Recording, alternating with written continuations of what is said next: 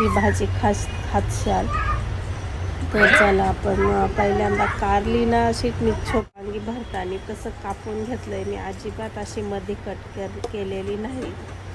तर आजचाच मसाला घालायचा आहे. तर 2 मिरच्या घेतल्यात, लसूण घेतलं आहे, खोबरं घेतलं आहे असा आणि यूज तयार करून घेऊ.